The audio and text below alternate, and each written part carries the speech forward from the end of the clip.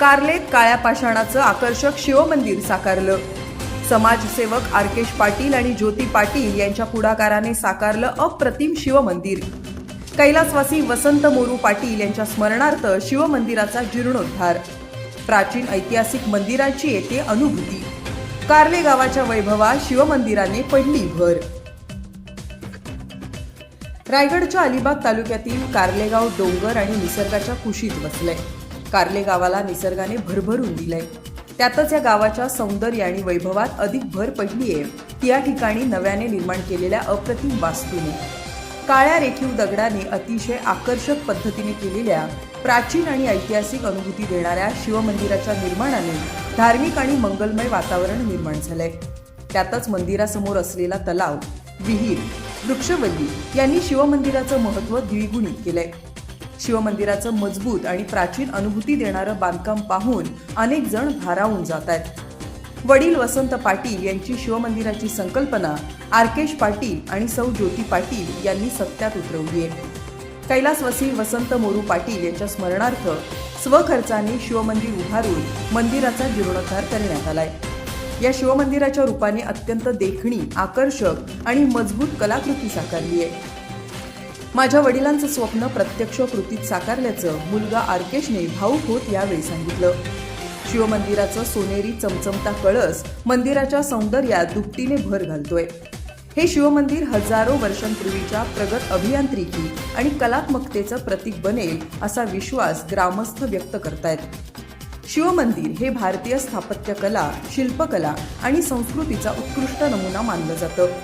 कार्ले गावातील काळ्या पाषाणाने बनलेली शिवमंदिराची ही प्रतिभा देखील शिल्प आणि कोरीव कामातून अधिक आकर्षक आणि प्रभावी दिसते।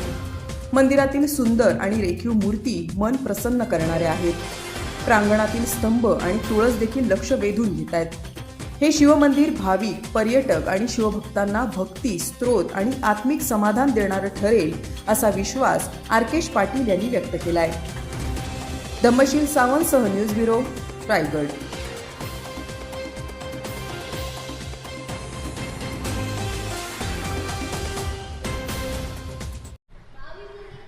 दादा, काय सांगाल? निसर्गाच्या कुशीमध्ये वसलेल्या कार्ले गावामध्ये आपण अतिशय सुंदर असं प्रतिम शिवमंदिर बांधलेलं आहे। काय या मंदिर बांधण्यामागची संकल्पना आहे? तिन्ही बाजूला पूर्ण डोंगर आणि मधोमध आपलं त्या तळे असलेलं एक देऊळ, सुंदरसं देऊळ होतं, पण जीर्ण पूर्ण झालेलं होतं ते देऊळ। या जीर्ण झालेल्या देवळाचे पूर्ण जीर्णोद्धार करण्याची इच्छा माझ्या वडिलांची, जे शिवभक्त होते, त्यांची होती। त्या अनुषंगाने मी त्यांची इच्छा पूर्ण करण्यासाठी हे देऊळ बांधले। त्यांचं म्हणजे ते वसंत मोरू पाटील यांची एक इच्छा होती की आपण या छोटंसं गावात आपले हे सुंदर देऊळ बांधावं आणि त्या शिवलिंगाची ही जीर्णोद्धार व्हावा याची त्यांची अपेक्षा होती। त्याप्रमाणे मी माझ्या पद्धतीने आणि माझ्या याने सर्वात चांगल्यात चांगलं देऊळ बांधता येईल याची प्रयत्न केलेला आहे। हा देऊळ बांधण्यासाठी माझी पत्नी ज्योती पाटील हिने तेवढं सहकार्य केलेलं आहे। त्याचप्रमाणे या देऊळ बांधण्यासाठी आम्ही खास कोल्हापूरची आम्ही देवळं बघायचो, जी खूप जुना पुरातन होती।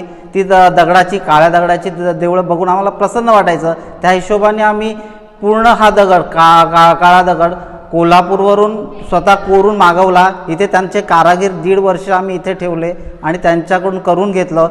प्रयत्न केला खूप चांगलं करण्याचं, जे सुशोभित होईल। छोटंसं गाव आहे ते, या कारणाने लोक बघतील, त्याची प्रसिद्धी होईल आणि लोक येतील आपल्या गावात, हीच अपेक्षा होती। आणि जे पुरातन शिवमंदिर आहे, जे त्याची अशीच ही व्हावी ही माझी इच्छा आहे की जे आपल्या संस्कृती आहे ती उन्नतीत व्हावी। एकूणच आपण बघतोय की प्राचीन काळातील पुरातन ऐतिहासिक जी मंदिर आहेत त्या मंदिरांचं स्वरूप आणि वैशिष्ट्य हे मंदिर पाहिल्यानंतर त्या ठिकाणी प्रतिबिंबित होतं। काय सांगाल, ज्या पद्धतीनं हे दगड या ठिकाणी पाषाण वापरलेला आहे, दगडवीट किंवा इतर जे दगड आहेत, लाल मातीचा दगड यांचा वापर न करता आपण हे दगड वापरलेले आहेत आणि मजबूत आणि आकर्षक असे दगड आणि एकूणच रचना आहे, त्याबद्दल काय सांगाल? आम्ही कोल्हापूरला जाताना बरेचशी अशी पुरातन दगडाची देवळं जुनी बघतो, तर ती कन्सेप्ट बघूनच आम्ही विचार केला की ही काळ्या दगडाची खरोखर ही कोरतात कशी आणि कोरली गेली तेवढं कठीण आहे.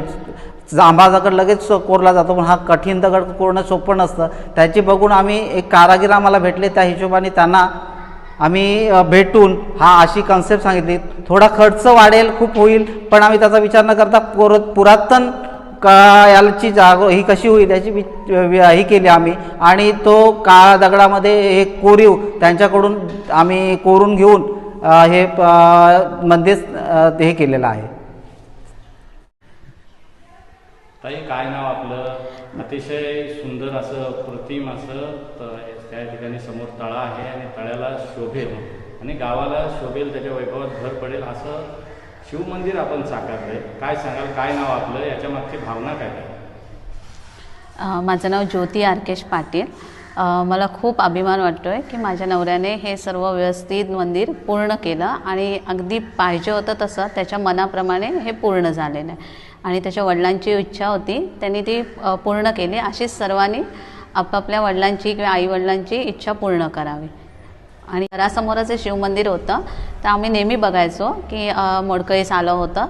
कोरोनापासून आम्ही याची सुरुवात केली होती थोडी. त्याच्यानंतर आम्ही इतर देवळं कोल्हापूरला जाऊन बघितली, त्याप्रमाणे तिकडनं कारागीर मागवले आणि पंचक्रोशीत असं देऊळ नाही, तेवढं सुंदर देऊळ बांधलेलं आहे. ते नेमकं कुणाच्या स्मरणार्थ बांधलेलं आहे आणि त्याच्यासाठी पुढाकार नेमका या मंदिरासाठी कुणी घेतलेला? माझे सासरे कैलासवासी वसंत मोरू पाटील, त्यांची खूप इच्छा होती आणि गेले 20 वर्ष ते खूप असं प्रयत्न करत होते की आपण हे देऊळ बांधूया, पण त्यांच्या हातीत नाही झालं. पण त्यांचा मुलगा, माझे नवरा आरकेश वसंत पाटील यांनी ते इच्छा पूर्ण केली. दादा, काय नाव तुमचं आणि काय सांगाल? अतिशय सुंदर असे शिवमंदिराची या ठिकाणी संकल्पना साकारलेली आहे, कसं वाटतंय ग्रामस्थ म्हणून? नाव काय? माझं नाव राकेश धनाजी पाटील, उपसरपंच मानतर्फे झिराट. हे जे मंदिर आहे ते माझे काका स्वर्गीय वसंत मोरू पाटील यांच्या स्मरणार्थ माझा भाऊ आरकेश वसंत पाटील यांनी स्वतः स्वखर्चानं बांधलेलं आहे. या मंदिराच्या बाबतीत सांगायचं तर हे फार प्राचीन मंदिर आहे, रामदानवेश्वरच्या पायथ्याशी असणारं आणि साधारणतः एक प्राईम लोकेशनला असणारं. समोर सुंदर असं सुसज्ज तळं आहे आणि तळ्याच्या समोर हे ऐतिहासिक मंदिर आहे आणि त्याच दर्जाचं अतिशय प्राचीन संस्कृतीचं तसेच कोरीव दगडांचं कोल्हापूरहून दगड आणून हे मंदिर बांधलेलं आहे. निश्चितपणानं भविष्यातल्या अनेक पिढ्या हे मंदिर असंच चिरकाल राहील आणि आमच्या गावाच्या वैभवामध्ये या मंदिराच्या निमित्तानं फार मोठी भर पडेल याची मला अपेक्षा आहे. निश्चितपणानं महाशिवरात्रीला इथे उत्सव असतो, अनेक धार्मिक कार्यक्रम या ठिकाणी असतात आणि अशा कार्यक्रमांसाठी निश्चितच भविष्यकाळातल्या परिसरातील अलिबाग तालुक्यातील लोक आणि पर्यटक तसेच भाविक या ठिकाणी आवर्जून येतील याबद्दल माझ्या मनात कोणतीही शंका नाही आहे. दादा, काय नाव आपलं? कारले गावामध्ये जे काही शिवमंदिर साकारलेलं आहे, काय वाटतंय मनाला समाधान? अतिशय सुंदर असे हे मंदिर पाहून तुम्ही आता मंदिराच्या गाभाऱ्यात, काय नाव? माझं नाव मंगेश श्रीराम पाटील. मी या गावातील मंदिराच्या साईडलाच माझं घर आहे आणि माझी पण इच्छा होती की माझे काका होते ते आता या दुनियेमध्ये नाहीच आता, पण त्यांची इच्छा होती की मला पूर्वीपासून बोलायचे ते की आपल्या गावात जेव्हा मंदिर कोण करत असेल, काय करत असेल तर माझी त्याला मदत आहे किंवा काय असेल तर मला सांगा, मी करून देईन असं त्यांची इच्छा होती. तर त्यांचा मुलगा श्री आरकेश वसंत पाटील ह्यांनी ती इच्छा त्यांची मनापासून पूर्ण करून बाहेरून सर्व कारागीर आणून त्यांनी हे गावासाठी आम्हाला प्रोत्साहन दिलेलं आहे. आणि त्या मंदिराच्या समोर एक दीपस्तंभ, तो मी अलिबाग तालुक्यामध्ये असा दीपस्तंभ बघितलाच नाही कुठे, आणि एवढं त्यांनी स्वखर्चाने हे मंदिर गावासाठी करून दिलेलं आहे. याच्या अगोदर की आमच्या इथे जे प्रोग्राम व्हायचे गावातले, ती लोकं यायची, बाहेरगावावरून लोकं यायची, ती लोकं आम्हाला बोलायचे असे की अरे काय तुमचं मंदिर हे असं गावातलं. तर ते माझ्या काकांच्या ह्याच्यातून आरकेश वसंत पाटील ह्यांनी ते आम्हाला ग्रामस्थांसाठी जे मंदिर बांधून दिलेलं आहे त्याबद्दल आम्ही सुखी समाधानी आहोत. दादा, काय नाव आपलं? काय सांगाल? अतिशय भव्य दिव्य असं मंदिर या ठिकाणी पाषाणानं साकारलेलं उभं राहिलेलं आहे, कसं वाटतंय एकूणच हे मंदिर पाहून? नाव काय? माझे नाव सुरेश मोरू पाटील. माझे हे 2 नंबरचे माझे मोठे भाऊ आणि त्यांची पूर्वीपासून इच्छा होती की आपल्या गावात आपले जे जुने देऊळ आहे ते मोडकळीस आलेले ते चांगले व्हावे, तर त्यांची इच्छा होती आणि त्यांची इच्छा पूर्ण त्यांचा मुलगा अर्केश वसंत पाटील यांनी पूर्ण केलेली आहे. त्याच्यामुळे आम्हाला भरपूर आनंद झालेला आहे.